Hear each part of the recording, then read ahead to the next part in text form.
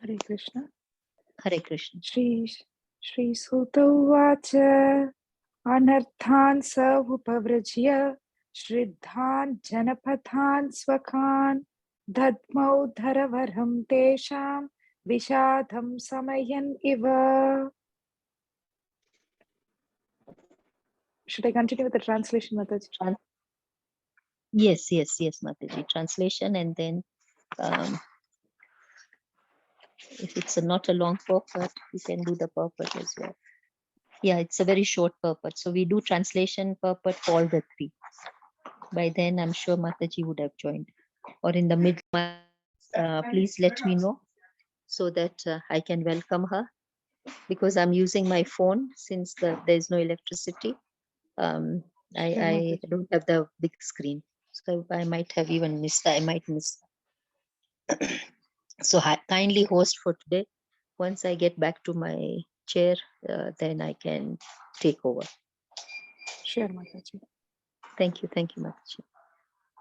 Translation and puppet given by A.C. Bhaktivedanta Srila Prabhupada. A.C. Bhaktivedanta Srila Prabhupada ki jai.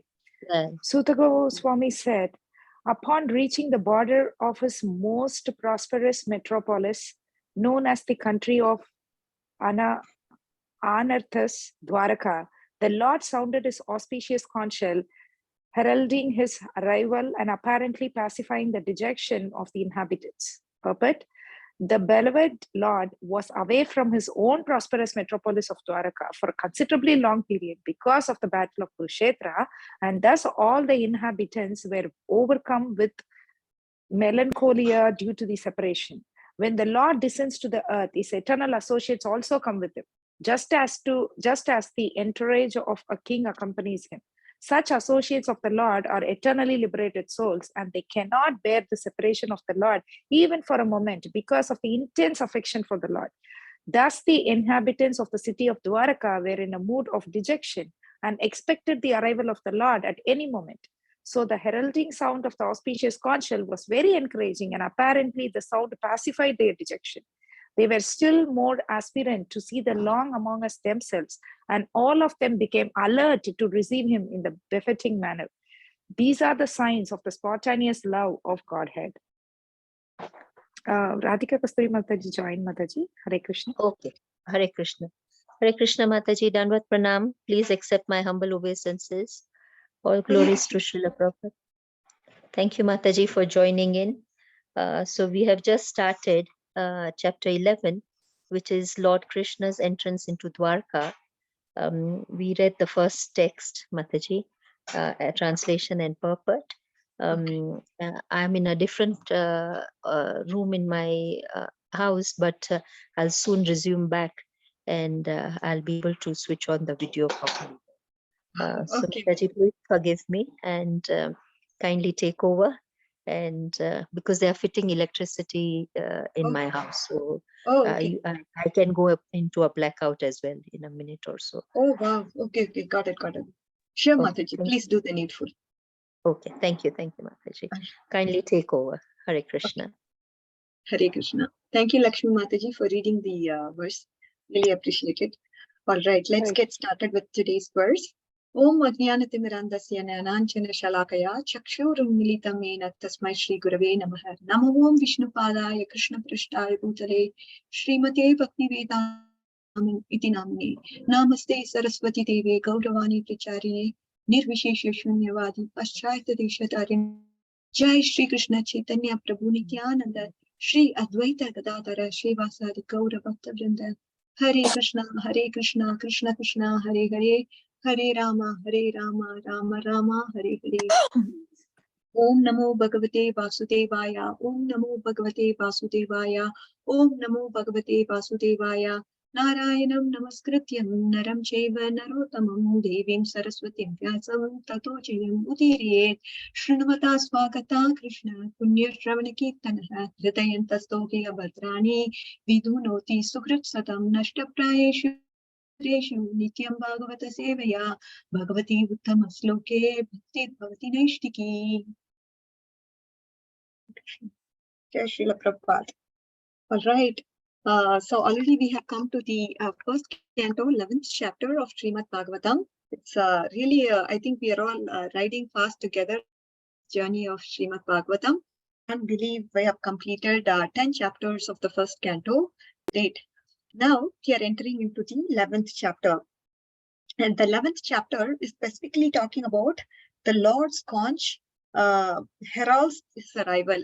So this is the theme that is being portrayed in the 11th chapter. So the first three verses, what are they talking about? The first verse, it essentially talks about conch. Upon reaching Dwaraka, Krishna heralded his arrival by blowing his auspicious conch, which dispelled the dejection of Dwaraka Vasis. So I was getting reminded of this verse in Gita, right? So when the transcendental conch shells were blown by Krishna and the Pandavas, what happened? Dhritarashtra started to tremble hearing the auspicious sounds that were emanating from the lotus lips of Krishna and the Pandavas. So again, this brings auspiciousness. This is auspiciousness to people who are favorable with Krishna's association, who actually understand what is the meaning of Krishna blowing conch. Because this conch is non-different from Krishna, right? And the Lord and the Lord's paraphernalia are non-different. The sound emanating from his flute is non-different from Krishna. The sound emanating from the conch is non-different from Krishna. The devotee has that mood, he has that bhav. But whereas a non-devotee, he doesn't understand, and it only creates tremor when he hears such sounds. Even though they are auspicious, it is not auspicious. Even though Krishna is there, they don't understand Krishna's glory.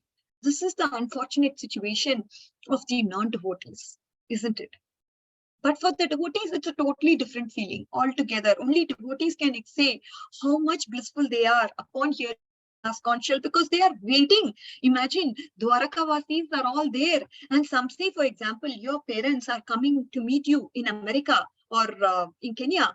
So then how would your feeling be? So it's tonight and you're not able to sleep because your parents are coming and you're seeing them after a long time, or your sons, daughters, whatever that scenario is. How we would feel, even in a material world. How is the feeling? It is so good, isn't it? The moment of anticipation for waiting for someone to receive from the airport, just give them a hug when they come. That anticipation is actually we feel more happy anticipating for people than when they come. Okay, that mystery is resolved, that is gone, that enthusiasm is not so much there, because they are here and they are going to be here for some time, and you feel okay. But that waiting period is the period where you're trying to just internally feel the emotions in your heart. That is totally a different feeling altogether. And that is the feeling that the Dwarakavasis are going through. This is something that I want to imagine. You are able to set the scene in your heart, what is happening in Dwaraka. Now, coming back to the verse, I think I slipped the page. 1 minute here. Okay, let me go to Veda based. I don't have to scroll the book. Okay, so here it is talked about in the purport that the beloved Lord Krishna was away from his own prosperous Dwaraka for a considerably long period of time. Because of why? Because of Kurukshetra. And thus the inhabitants were overcome with melancholy due to separation. So the devotees and the inhabitants, they obviously felt Krishna's presence. He was not there for some time due to Kurukshetra battle, and this period of separation brought them to sadness. And the Lord descends to earth. His external associates also comes with him. He comes with an entourage, like the king is accompanied by the entourage of people. Such associates of the Lord, eternally liberated souls, and they can the Lord even for a moment because of the intense affection for the Lord. Now, dear devotees, this line of Srila Prabhupada is very important. Why it is important? Because, see, right now we are all sadhakas, okay? And what are we doing? We have not gotten a relationship with Krishna. We are doing services. That is one thing. But we haven't established that sthai bhava with Krishna. We haven't gotten to the stage of bhava yet, where we have a relationship with the Lord, where we can tell, yes, I'm in relationship with the Lord and I'm doing these services. We are not in that state yet. So now, as a sadhaka, what is the training? So that, we do some sort of endeavor do the 6 limbs of Sharanagati, do whatever is favorable for Krishna, avoid things that are unfavorable for Krishna consciousness, think him to be container. So like that, we are following some limbs of Sharanagati and trying to surrender to him. We are an aspirant for pure devotion, trying to surrender to him, because the extent, how will a person surrender?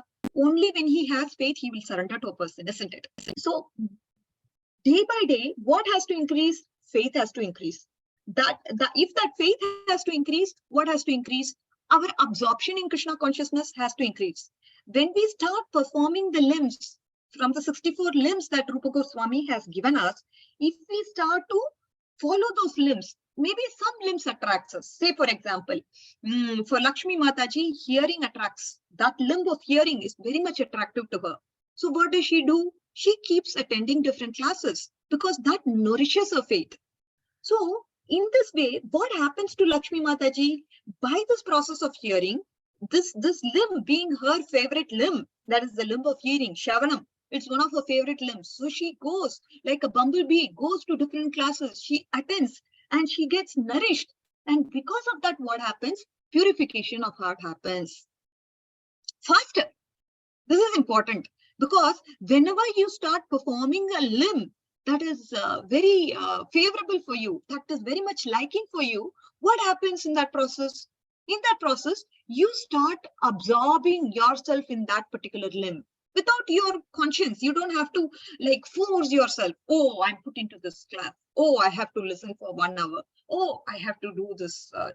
My mom, she just brought me here and I have to sit here through the class, listen to the speaker. Oh, she keep talking about Krishna. I have to listen about Krishna the whole time. 1 hour is like 10 hours for me. Some people will have this feeling, isn't it? Because they don't like that limb. No problem. Do whatever is, apart from the basic things that we need to follow, like chanting 16 rounds, following the regulative principles, doing some basic things that we are required to do.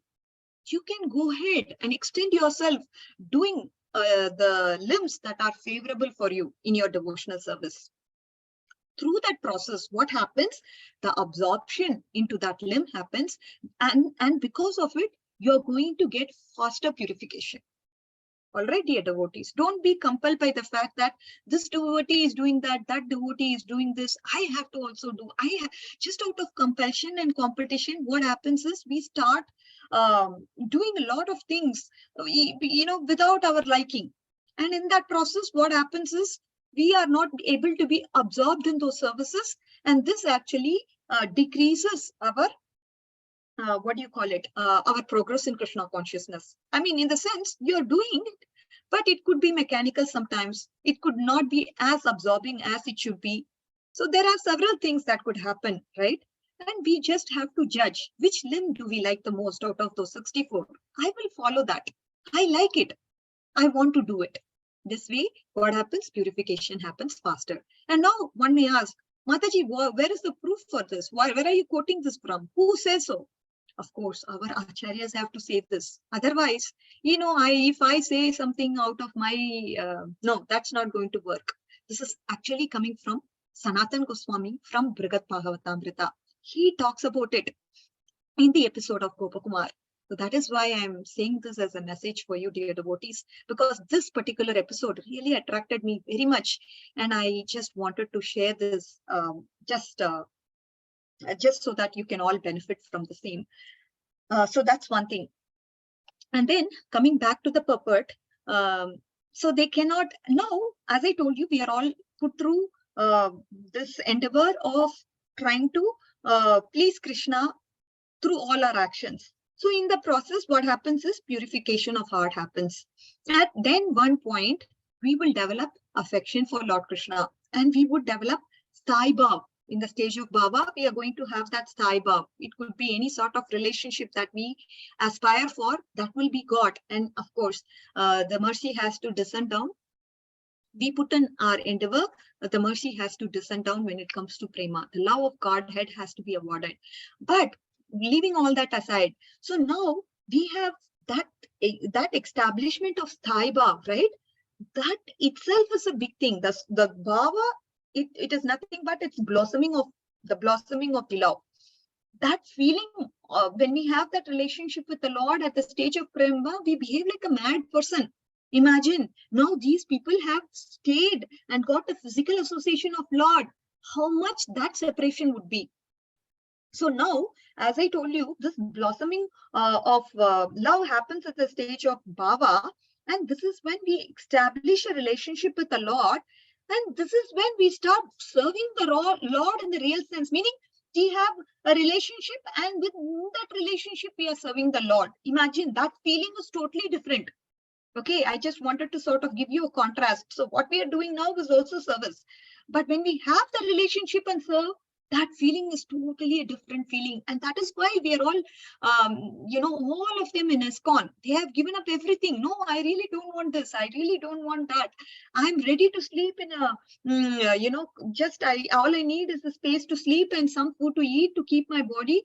And that body should be used in the service of the Lord. This is the mood with which a devotee is in ISKCON. So sannyasis or brahmacharis, they are all operating with this mood. And even grihasthas, for that matter, they have understood the real essence of what Krishna consciousness is. And this bhakti ras that has been given to us and showered to us from time to time by Krishna, that is actually helping us to do more and more for Krishna consciousness. So dear devotees, imagine what that intense affection for the Lord means here. So thus the inhabitants of the city of Dwaraka were in a mood of dejection and expected the arrival of the Lord at any moment. So heralding sound of the auspicious conch shell was very, very encouraging, because that actually tells them, yes, Krishna is going to come now. Krishna is going to come now. Then I can be with my Lord. I can see my Lord, have darshan of my Lord, do service to my Lord personally. This is the anticipation that they are having. They were still more aspirant to see the Lord amongst themselves, and all of them became alert to receive him in a befitting manner. These are the signs of spontaneous love of Godhead. Now, coming back again, as ISKCON devotees, we are Gaudiya Vaishnavas, we are also aspiring, right? We are also aspiring for the spontaneous love through the Raganuga Bhakti. That is the ultimate goal for us. Even though we are put in this life, no problem. We just want to have a relationship with you, Lord, and we want to have that. We want to follow in the footsteps of Rajavasis, and by following in the footsteps of Rajavasis, we want to serve you. This is the mood we have. Now, as you can understand, the second verse is also going through the same theme. I'm just 1 second. The second verse is also talking about the fact of touch. That is, how the white conch shell was reddened by the touch of Lord's transcendental lips. It seemed that the white swan was playing in the stems of the red lotus flowers. Then, the second purport we'll see a little bit, and then we'll go to the third verse. Okay. So now, the redness of the white conch shell is due to the lip touch of the Lord, which is a symbol of spiritual significance. The Lord is all spirit, and matter is ignorance of the spiritual existence. Actually, there is nothing like matter in spiritual enlightenment. And spiritual enlightenment takes place at once by the contact of Supreme Lord Krishna. Spiritual enlightenment will take place. The Lord is present in every particles of his existence. He can manifest his presence in anyone at any time. By ardent love and devotional service to the Lord, in other words, by spiritual contact with the Lord, everything becomes spiritually reddened like a conch shell in the grip of the Lord. And the Paramahamsa, or the supremely intelligent person, plays the role of the duckling swan in the water of spiritual bliss, eternally decorated by the lotus flower of the Lord's feet. So this is actually describing how the touch of the Lord, something that is material, it also gets spiritualized by touch of the Lord. That is why when we offer prasadam to the Lord, what happens through that process? It gets spiritualized, right? This is the process of Krishna consciousness. It's a magical process. Nobody can understand. Unless somebody has belief in this process, they will be bewildered. What is this? Prasadam? Nobody, God has not taken it. And what do you mean? It's just there. The same plate you offered, it comes back like that. What do you mean God has eaten the food? This is the question. It will put people to bewilderment, right? So the thing is, we have to understand Isha Upanishads to help them understand, oh, you know what, a Lord, whatever he does, it's even though he, say, for example, the universes in Isha Upanishads is said, the universes are emanating from the pores of his body. And even though it emanates from his pores of the body, it does not diminish the Lord. The Lord is still complete. The universes are still complete. So when Lord eats the prasadam, it is still complete. Even though he eats, he can glance and eat the food. Even though he eats, it will still be complete. This is the point that we learn from the Isha Upanishad, which is helping us understand everything in Krishna consciousness can be explained. It's just that we need that Shastriya Shraddha. Without Shastriya Shraddha, oh, somebody says something, what is this? Lord is not eating and you are believing in this? What is this? If somebody says the Kanishta will be bent, yes, he will say, yes, you are right. I don't want to offer it. I will just eat it. Right? So when we have the Shastriya Shraddha, then that helps us. It nourishes our faith. The faith is a very important thing for us to surrender to Krishna. So very, very important, dear devotees. Anybody who's nourishing our faith, we have to keep listening to them, get this encouragement from them, because ultimately we have to surrender to Krishna 100%. We are probably there 20%, 30%, 40%. Depending upon our faith, I mean, depending upon that faith, that level of surrender will be there. But we have to try. Oh, I want to be 100%. Purna Shraddha has to come. This is the real requirement to enter into the Ananya Bhakti platform. So with that, we will get into the third verse for today. Very important verse as well. So the citizens of Dwaraka, having heard the sound which threatens the fear personified in the material world, began to run towards him fast, just to have a long desired audience with the Lord, who is the protector of all devotees. Now, whatever Srila Prabhupada is talking here is very important. And I definitely want to help you understand the importance by talking through a particular theme. Let's read the purport very carefully, okay? As already explained, the citizens of Dwaraka who lived at the time of Lord Krishna's presence, they were all liberated souls who descended there along with Lord as entourage. That's what we saw. All were anxious to have an audience with the Lord, although because of the spiritual contact, they were never separated from the Lord. Just as the gopis of Vrindavan used to think of Krishna while he was away from the village for cowherding engagements, the citizens of Dwaraka were immersed in thought of the Lord while he was away from Dwaraka to attend the battle of Kurukshetra. Some distinguished the fiction, I mean, this is just quoted here to say that some distinguished fiction writer in Bengal concluded that Krishna of Vrindavan and Mathura and Dwaraka, they were all different personalities. Historically, this is not the truth. The Krishna of Kurukshetra and the Krishna of Dwaraka, they are one and the same. We know that. The citizens of Dwaraka, they were in a state of melancholy due to Krishna's absence from the transcendental city, as much as they were put in the state of melancholy at night because of absence of sun.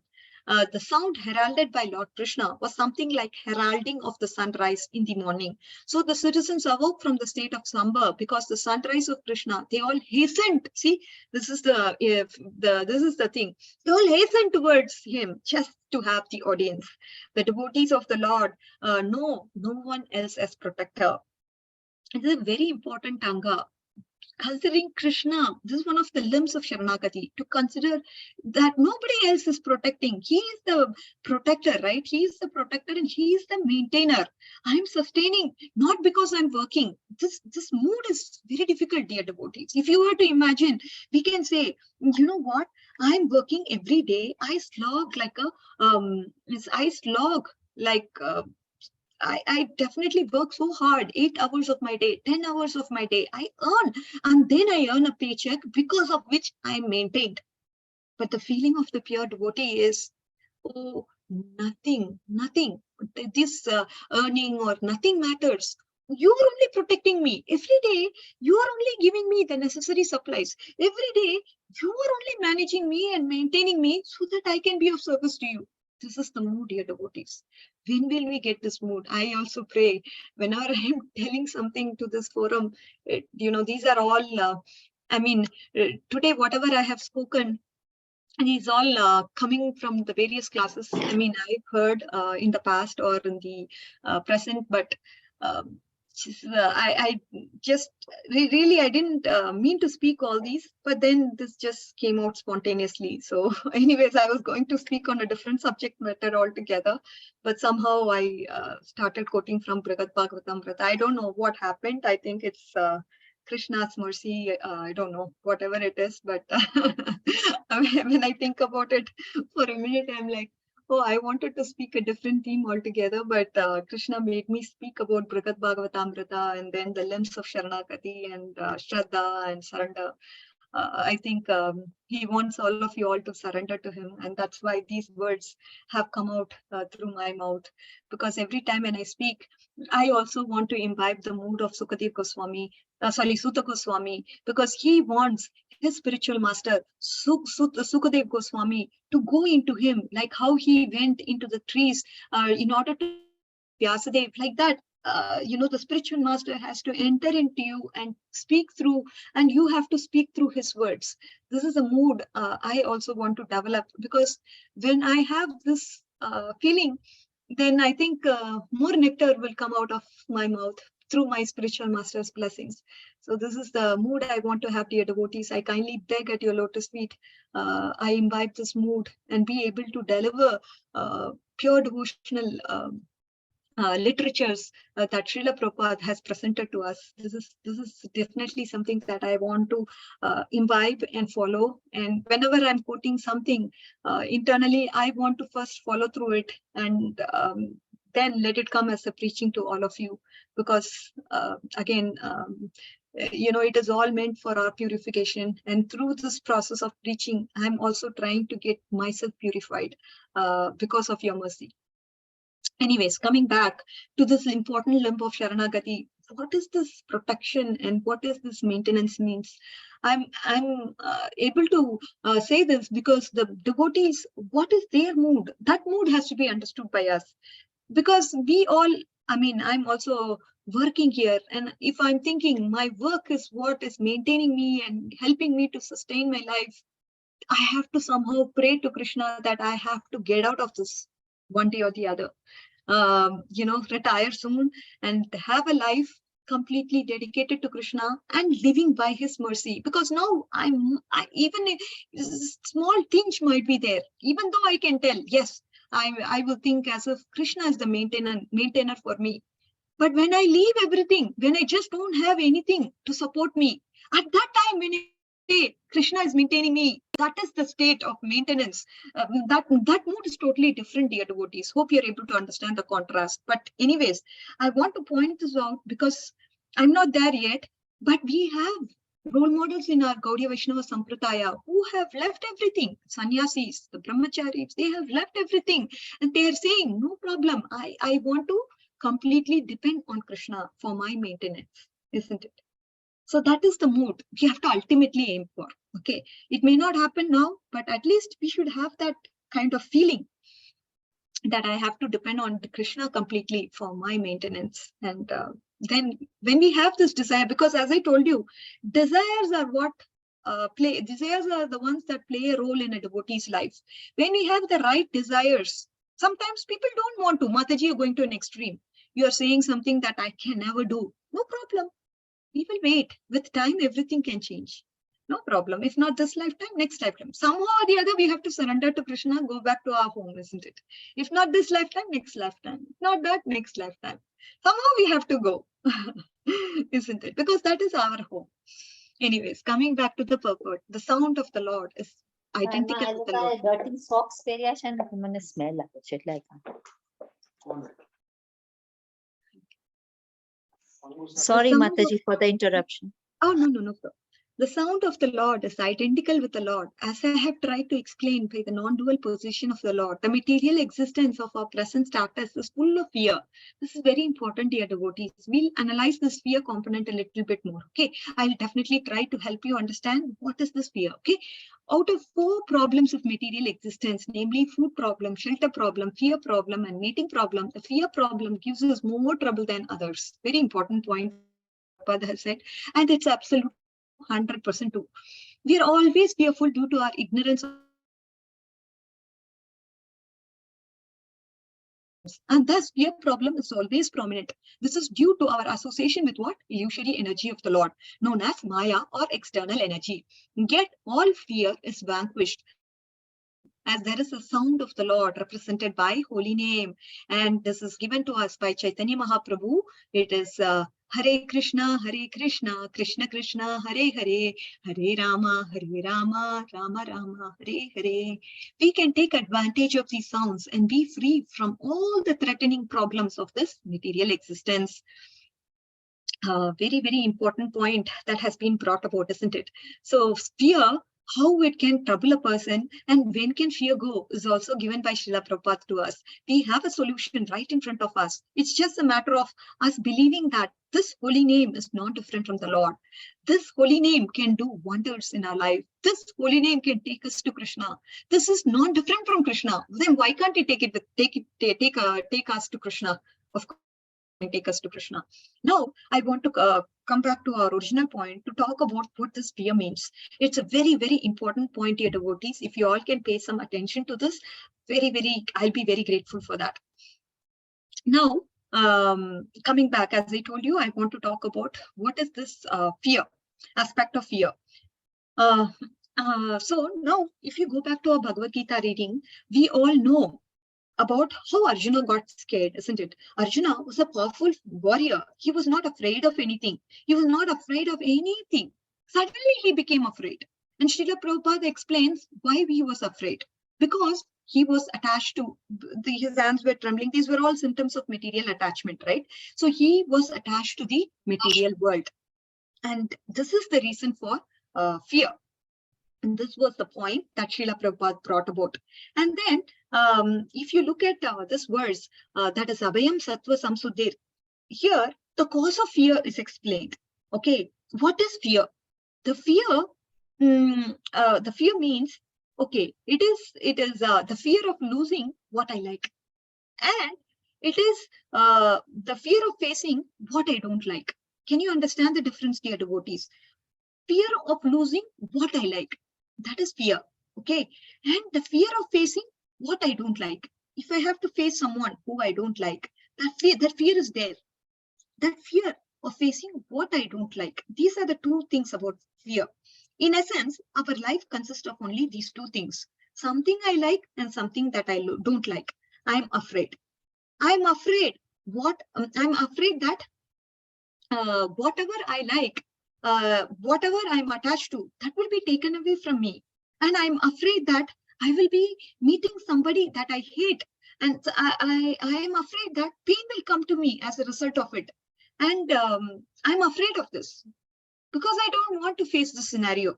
You know what? If somebody, say for example, we have fought with somebody very badly and we don't want to forgive that person, but we are going to a party where that person is also there. It is so awkward because your husband is probably in a good relationship with that person and you are not in a good relationship with that person, and you have to tell hi, hello, some sort, because you are in a social setting, you can't behave in an awkward way. Then what is happening there? You don't absolutely like that person, but you have to deal with that person in that particular social setting. So you are afraid. Before even going to the party, your mind will tell so many 100,000 things. Oh God, this will happen, that will happen. She is going to embarrass you. She's going to do this to you, that to you. This mind is magnifying the problem already, and fear intensifies because the mind is it's not our friend here. This is when it behaves like our enemy. It is trying to magnify the problem and it's trying to what it is like you're loaded with so many questions in your mind before you go to the party. Imagine that situation. You will probably feel relieved after you go to the party. But before that, what happens? As I told you, this anticipation of waiting for Krishna, that anticipation is giving more happiness than actually meeting that person in reality. Like that, the fear of you going to meet that person is torturing you like crazy. Because the mind can make your life hell. Even in this world, we can be at hell. This is what the mind does to us.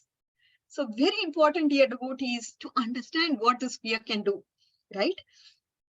And now coming back to the point, and people they want to get rid of this fear, in this life, they're putting all effort to protect themselves one way or the other. You know what? I'm going to shield myself. I'm not going to go attend these parties anymore. Wherever this person is coming, that person is coming. So you're shielding yourself. You're trying to protect yourself. Say, for example, we have a savings bank. Okay, that way we are protected. How are we protecting ourselves? Because I'm attached to my money. I am trying to protect the money by having a savings account in my bank. And I'm protecting myself. And in spite of it, I am having fear. Why? Because I have an account there. What if this bank closes? And what if somebody loots the bank and destroys the bank, and the bank says, we have lost all your money? So this component of fear is there as long as we live in this material world. And I'm trying to find shelter in this world. Find some sort of protection from fear, like taking different kind of shelters. Where am I taking shelters? I'm having an apartment, I have a own house, I have my wife, she's going to support me. If I'm not having a job, then my wife has to kind of contribute to the family, and she has to support me. That's why I'm making her work. Then I have my children. You know what? I brought up these children, I've given my life to them. They have to protect me. How about the state? Yes, the state, I'm giving so much, in terms of income tax, so they have to protect me. So these are the different kinds of shelters that we are going to. The person, in order to get rid of the fear, he takes one thing after another thing, another thing, another thing. To what? To get rid of this fear. That's this is what is happening to us in reality. Okay. And now what happens? This person, in order to get rid of the fear, he needs only one shelter. Dear devotees, that is the point I'm trying to say. That is the point Srila Prabhupada is also trying to say here. He just says there's only one thing that a devotee needs. He doesn't need so many shelters. That is what the Gajendra story is teaching us, isn't it? Gajendra, he was put in a very awkward situation. And he wanted to save himself from that situation. So he's trying his effort, putting his effort to save himself. Then he calls his wife, he calls his children, nobody is there to help him. And finally, he prays to God, he remembers God, and he prays to him. So the ultimate shelter we have to go to is who? It is God. But we forget. So this is the point here, devotees. Very important point that Srila Prabhupada is bringing through the purport. When we carefully study and understand Srila Prabhupada's message, I'm sure we can all succeed and perfect our lives. Anyways, coming back to our point. Now, Arjuna, at the beginning of Gita, he was having this humiliating feeling that he experienced. And he was having this component of fear, and because of material attachments. And Krishna is telling him, oh my God, you're pathetically attached. You're very much attached. That is why he's then bringing up this point of Nishkam, and he's talking about detachment, isn't it? In essence, detachment is the happiest state. Okay, so coming back to a point, the nature of our suffering in this material world is because of attachment. On the contrary, the cause of happiness is non-attachment. This is the point. When a person is, say for example, a person who is attached, he is kind of always in fear, as I told you. What will happen to this? What will happen to it? Or what will happen to that? When a person is detached, then what is the feeling? Whether something happens or not happens, he considers it as a mercy of the Lord, isn't it? So it doesn't affect him. Even if something unpredictable happens, no problem. It is mercy of the Lord that something worse didn't happen and this happened. No problem. So this is the perspective that the devotee thinks. And he's very happily situated by thinking that way. Now, I don't know if I'll have time to talk about this particular story of Agasur. Okay, let me maybe talk about, so now you understood the concept of fear and what causes this fear. And obviously the solution has been proposed by Krishna. In order to get rid of the fear, you have to go to a fearless person. Who's fearless? Krishna. One who doesn't have fear can only award you fearlessness, right? Bajahure manav srinandanandana abhaya charana ravindare. That is the song we sing. One who has fearlessness only can bestow you with fearlessness.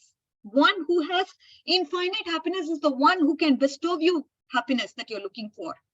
So where everything, the shelter, the source, our maintainer, our protector, our proprietor is Krishna. There's no doubt about it. He is our best friend. He is a protector. He is our maintainer. He is supposed to be enjoyed and we are supposed to serve him. When we have this attitude in our life, then it becomes so easy for us. We'll be very happy because we are not attached to anything but Krishna. The spiritual attachment can be there. I'm not talking about attachment. Material attachment is what we need to get rid of. And Mataji, you may question how to get rid of this material attachment. Or you want me to artificially start renouncing and telling no to these things? Yes, I will stay away from this gadget. I will stay away from this thing. This is all disturbing my Krishna conscious life. No, don't have to do anything like that. Of course, you can be conscious of it, but you don't have to do anything out of your way. You don't have to force yourself, because the time when you start to force yourself, you will become very hard-hearted. If you start telling no to things, oh, I won't do this, I won't do that. Oh, please, just stay. I want to avoid this. Don't give me this. Don't give me that. When you start to say no, this is what a jnani does. Jnani, he tells no to everything to become detached. And this way he develops a hard-hearted heart. So we don't want to go that route. Devotees, they just surrender to, they just do bhakti. This bhakti itself will take care of detachment. How you were 10 years before and how you are now. Did you artificially try to do something? No. This bhakti itself will take care of it. This bhakti is so glorious that whatever you do, whatever devotional process you do, devotional practice you do, that itself will bring detachment. Very important point. Not to artificially say no to things and become hard-hearted, but instead do bhakti, and by that process of bhakti, you develop naturally tendency that you don't want to do things that are not pleasing for Krishna. This heart will come automatically. You want to always, you look at it from a service aspect. How can I use this material object in the service of Krishna? How can I do that for Krishna? Service for Krishna will ultimately come to us when we start having attachment to Krishna. So attachment for Krishna is the main important thing. We don't focus on detachment, but what we focus is attachment. This attachment can take care of detachment, and this comes to you as a natural byproduct. This is another important point. Then coming back, I think we have 10 more minutes. I'll just do a quick story. Maybe that this story will not take a long time. Yeah, so let's talk about this story of Sankirtan, Sankirtan and Bida Nritya pastime from Chaitanya Charitamrita. So now we have to imagine the situation is, there is evening at the temple. Everybody is coming together and Lord Chaitanya is there in the company of Ramananda Rai, and he is actually in the temple of what? Jagannath Puri. And so there is a very beautiful situation where the temple, the deities are decorated and they are offered garlands, and sandalwood pulp is being offered to everyone. Okay, now you have to imagine there are 4 parties. Okay, the 4 parties of Chaitanya Mahaprabhu, they were all distributed in 4 different directions and they were performing Sankirtan. And in the middle, Lord is there, and what is he doing? He's trying to dance.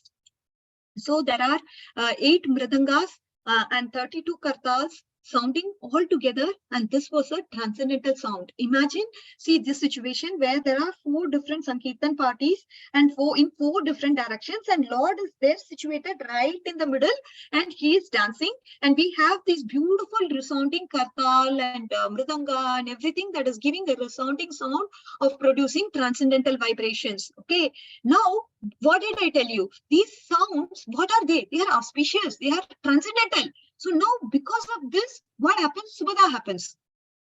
Subhada means what? Auspiciousness. Good fortune is awakening. And the sound penetrated to the entire universe of the 14 planetary systems, because the Lord himself is there. That is why this sound is penetrating the entire universe. For when we make our sounds, what happens? It can penetrate up to maybe 1 kilometer, not even 1 kilometer or 1 mile. It's very difficult. But imagine this sound that was there in the Sankirtan party reverberated the entire 14 planetary systems.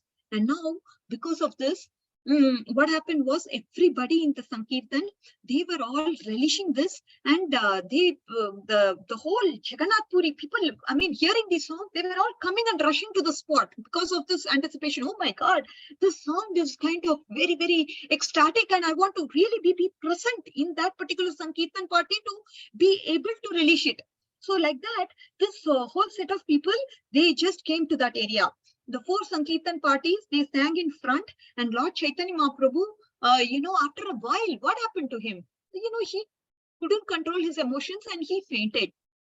And Nityananda Prabhu, he had to lift him up because of the ecstatic transformations that happened to Chaitanya Mahaprabhu. He was showing the Ashtashatvika Vikars, and tears were coming out of the Lord's eyes. And upon seeing tears in Lord's eyes, the people surrounding him, they also got tears in their eyes. This is the glory of the Sankirtan.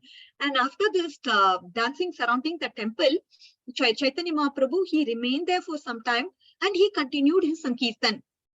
And what happened? A very, very important incident happened. Now, Chaitanya Mahaprabhu, he is there, and everybody is chanting loudly, and he is jumping up and down very, very high. So he was so ecstatic. And now there is a miracle that happened in the Sankirtan party. What happened? Dancing for a long time, the Lord became still, and he ordered the 4 personalities to dance. Okay, he ordered who all? Nityananda Prabhu, Advaita Prabhu, Vakreshwar Pandit, and Shivas Thakur. They all began to dance in 4 groups. Now, wanting to see the dancing of these 4 personalities, Lord Chaitanya Mahaprabhu, he exhibited the act of seeing everyone simultaneously. He stood in the middle, and what did he do? He just did this marvelous act where he was positioning himself in the middle, and the dancers in different directions, they perceived that Chaitanya Mahaprabhu was seeing him only, not the 4, because the 4 people were in different directions. Now Chaitanya Mahaprabhu, he has to turn like this, right? If you are there, we have to turn and see these 4 people in 4 different directions. But Chaitanya Mahaprabhu, he kind of did a miracle where everyone understood that, I mean, everyone felt as if they were personally seen by the Lord. This was the miracle. They didn't know how it was. So this particular pastime is very interesting because it's a miracle, isn't it? Miracle in Sankirtan happened and everyone knew this was a miracle that he was performing, but they didn't know how it was performed. But nobody knows. Lord, it's inconceivable, isn't it? So like this, every time some pastime, I mean the Sankirtan happened every time, and Chaitanya Mahaprabhu was observed dancing, and everyone enjoyed and relished this particular Sankirtan party that they had with Chaitanya Mahaprabhu. When someone came nearby to Chaitanya Mahaprabhu, he would give them a tight hug. He would embrace them. Upon seeing this, they were all, upon seeing the great dancing of Chaitanya Mahaprabhu, great love and the great Sankirtan party, all the people of Jagannath Puri, they were all flooded with what? They were all flooded with the ecstatic ocean of love. This is the mercy of Chaitanya Mahaprabhu. Only Chaitanya Mahaprabhu, only a person who has can give something, right? I mean, if he has love, he can give love. If he has purity, he can give purity. If he has Lord's Kripa, he can give Lord's Kripa. So only whatever a person has, when he opens his mouth, as I told you, the speaker, when he opens the mouth, we'll be able to gauge, just by him speaking, we'll be able to gauge what sort of person he is. Or anybody for that matter, whoever speaks, we can gauge by how they talk. Coming back to a point like this, these people, they were all flooded in the ecstatic ocean of love because of Chaitanya Mahaprabhu's mercy. Now, we have a very important character. This character is Pratap Rudra. So what he did, hearing Pratap Rudra, oh, Lord Chaitanya Mahaprabhu is dancing, and he's dancing in an ecstatic way, and he's also there personally present. I want to see him. I want to actually relish this Sankirtan also. So for relishing it, what did he do? It's a very, very nice act of Pratap Rudra Maharaj. He wanted to see Chaitanya Mahaprabhu. So what did we whenever there is a procession, what we will do? We will go up to the stairs and we will have a great view of the procession when we go up into the staircase, isn't it? And from the staircase, the top view, we can see the procession very clearly. What is happening, who is doing. This all can be observed from the when we go up the staircase. The top view will be very good. So like that, Prataprudra Maharaj, he actually went above and he started visualizing the scenario. And because of this, the king's anxiety to meet Chaitanya Mahaprabhu intensely increased. It just increased to a point where he really wanted to start interacting and want to have the association with Chaitanya Mahaprabhu. So Chaitanya Mahaprabhu pleased everyone by this act of Sankirtan in Jagannath Puri. So then what did he do? Chaitanya Mahaprabhu, he personally distributed prasad to everyone and they all departed. And like this, every day in Puri, whenever Chaitanya Mahaprabhu was there, Sankirtan was performed with great jubilation. Now, since you all heard this pastime, Krishnadas Kaviraj Goswami is giving us a benediction. This is from Madhya Leela Chaitanya Charitamrit, and Krishnadas Kaviraj Goswami is saying, Lord Sankirtan, when you see, I as Krishnadas Kaviraj Goswami, I have explained the Lord Sankirtan, and I bless everyone with this benediction that by listening to this description, one will surely become the servant of Chaitanya Mahaprabhu. This is the blessing that Krishnadas Kaviraj Goswami is giving to us to actually progress. Only one benediction is needed for a devotee, for us to come closer to the lotus feet of the Lord. All the other benedictions, it may not even work for us. If there are some benedictions that is not pure devotional, for a devotee, we really don't care, if it has to work or not. For us, we have to somehow inch by inch come closer to Krishna. This is the benediction we want. And Krishnadas Kaviraj Goswami is saying, if you carefully listen to this pastime and enjoyed this pastime, then you're going to get that benediction. So anyways, this was a short story I wanted to tell. And again, this is regarding to the auspicious sound. So there is a connection there because there were transcendental sound vibrations. And this theme also had the sound of conch.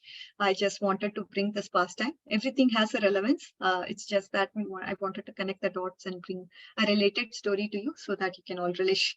So with this, we can conclude, dear devotees. Vancha kalpa tarubhyasya kripa sindhubhya evacha patitanam pavanebhyo vaishnavibhyo namo namaha. Ananta koti vaishnav vrind ki jai. Namacharya Srila Haridas Thakur ki jai. Srila Prabhupada ki jai.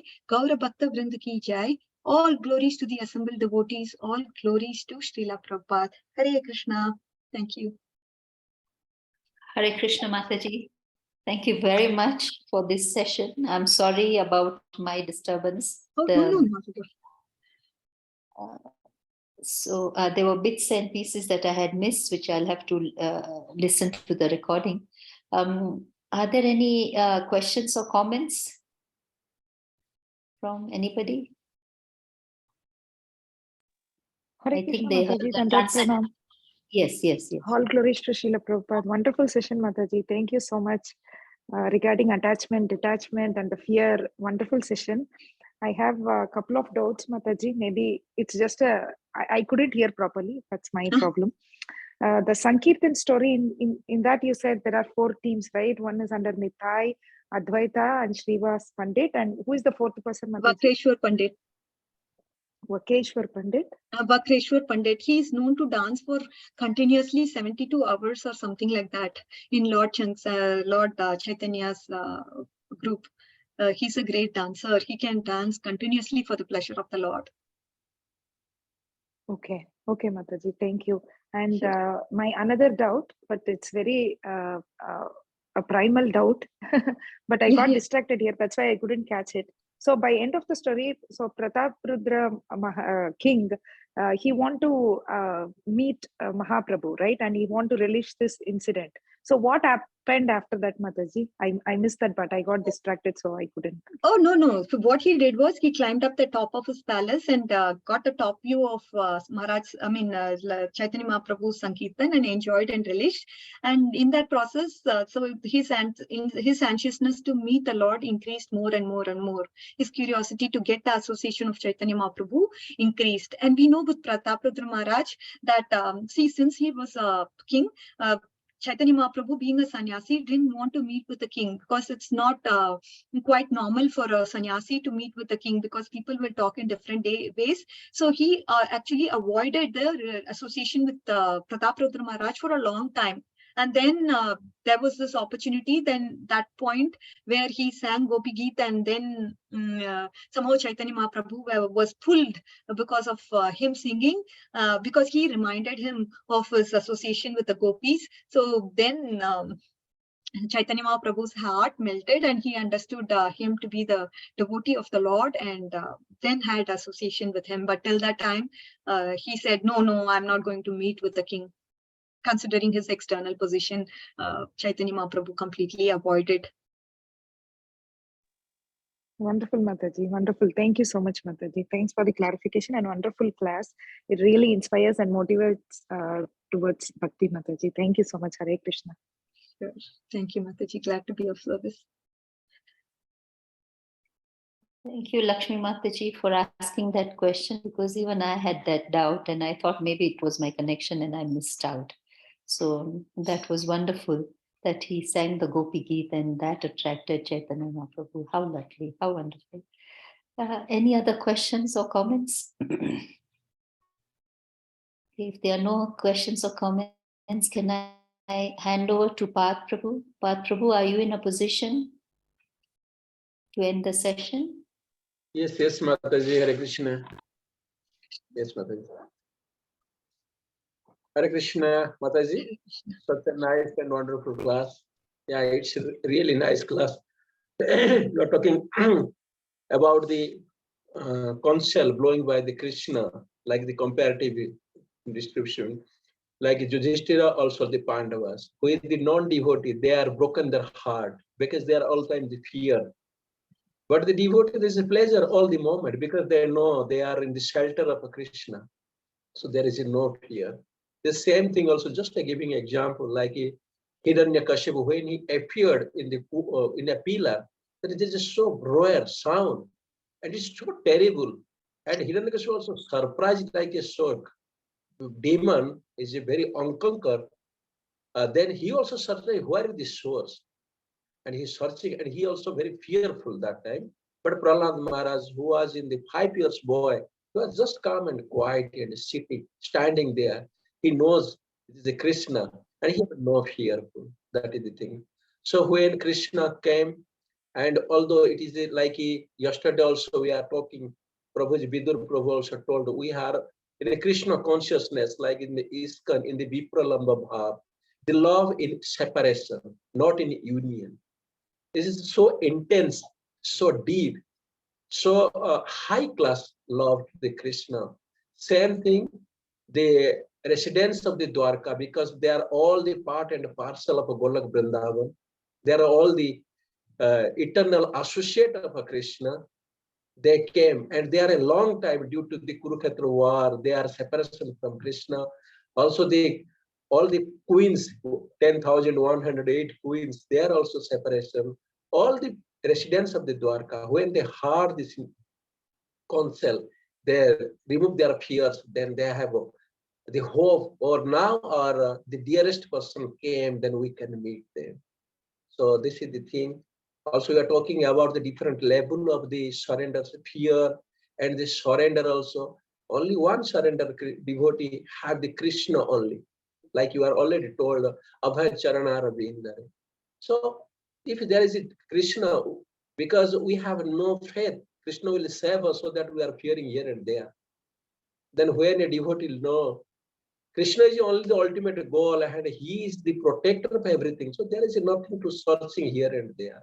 For example, like a small child, he is thinking my mother is the best and he is not caring anybody. When he is in the mother's lap, he thinking, I am the sickest person in the world and nobody is there. But when he grow, he understand mother is nothing. My father is supposed to be there. Because without father, how can mother will protect me? Then he go to the father. After that, when he grow more, then he told father and mother both are not protected. Maybe police are there, administration are there, other things are there.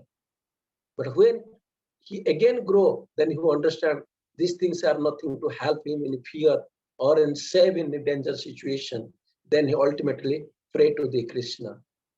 That is the ultimate abode or ultimate shelter. So thank you very much, Mataji, for your nice thinking or talking about, and so many like your intense love, how the limbs already describe everything. That is the mood of a devotee, how he's supposed to be more and more listening, hearing, and attach himself and surrender himself so that we can progress in our Krishna consciousness way. Hare Krishna. Thank you very much, Mataji. Also, thanks all the devotees who are assembling here. I request all the devotees, please unmute yourself and chant Hare Krishna mantra for glorification of Her Grace Radhika Kasturi Mataji. Please join everyone.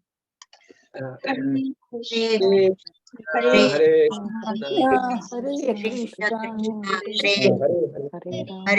Rama, Rama Rama, Hare Hare. Vancha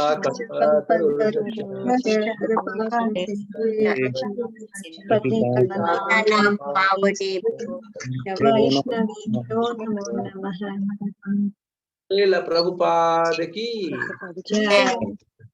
Hare Krishna Radhika Kasturi Mataji ki jai. Glories to the assembled devotees, all glories to Srila Prabhupada. Thank you, Path Prabhu, for a beautiful summary. And really, I also relish that Narasimha, when he comes, how everybody else trembled, but Prahlad was just steady and he was completely peaceful. That analogy is very nice. And the analogy that you quoted about a mom taking care of the child and how he feels safe and secure. But after a period, that's how we keep looking for shelters, and this looking for shelter never ends, and we completely waste our time just looking for shelters and forget the ultimate shelter, that is Lord Krishna. So thank you so much, Prabhuji. That was beautiful. I really appreciate your association and everybody's association. Thank you, Arya Govinda Prabhu as well. He's there on the camera. Thank you. Hare Krishna. Hare Krishna. Hare Krishna. Hare